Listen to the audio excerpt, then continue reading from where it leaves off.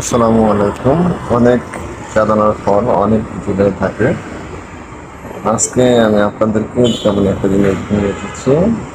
আমরা যে চেয়ার দোলনাগুলো ব্যবহার করি সেই দোলনাগুলো কেমনে তৈরি করা হয় বা কীভাবে তৈরি করা হয় সেটার সম্পূর্ণ ভিডিও আমি আপনাদেরকে দেখানোর চেষ্টা করতেছি। প্রথমেই আমরা যে সুতাগুলো দিই সেই সুতাগুলো পরিমাপে কেটে নেওয়া হয়েছে কতটা লাগবে।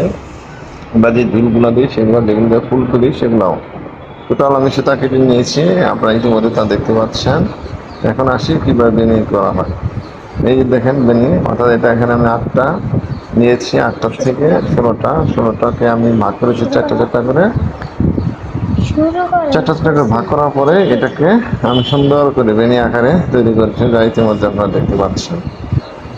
দেখেন, আপনারা যদি আপনাদের কোনো মনোযোগ আকর্ষণ করে নিচ্ছে, দেখেন আপনার কীভাবে এটা তৈরি করা হয়েছে। প্রথমে আমরা এই বেনিটাকে 4টা করে নেব। প্রথমে সুতা কাটার পর আমি 4টা বেনি করে নিয়েছি। বেনি করে নেওয়ার পরে আমি আস্তে আস্তে আপনাকে দেখাবো। দেখেন কত সুন্দর করে বেনি। এখানে আছে টোটাল 16টা লেস রয়েছে, 16টা লেস 4টা করে নেওয়া হয়েছে। বেনির কাজ শেষ করে আমি আপনাদেরকে এখন দেখাচ্ছি যে বসার স্থান চেয়ার, মনে হচ্ছে এটা হচ্ছে চেয়ারটাকে ওই বেনির সাথে অ্যাড করে নিয়েছি। 4টা 4 মিনিট করেছি।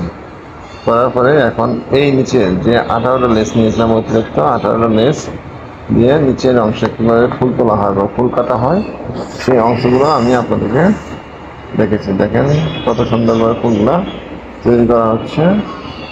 যদি আপনারা টোটালি শিখতে চান তাহলে আমার এই পেজে নয়, আমার মেসেঞ্জারে লগ দিবেন।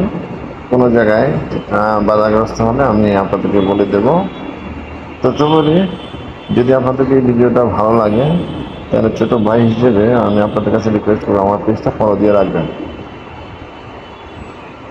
আর আপনারা যদি এটা বিজনেস করতে চান তাহলে আপনারা আমার কাছ থেকে নিয়ে বিজনেস করতে পারবেন। আপনাদের যাদের শোরুম বা দোকান বা নানান ধরনের জিনিস রয়েছে যেখান থেকে আপনার শৌখিন জিনিসগুলো বিক্রি করেন, সেখানে আপনারা এগুলো বিক্রি করতে পারেন।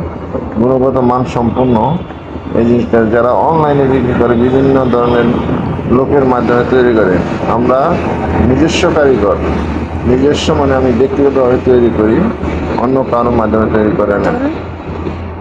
আমার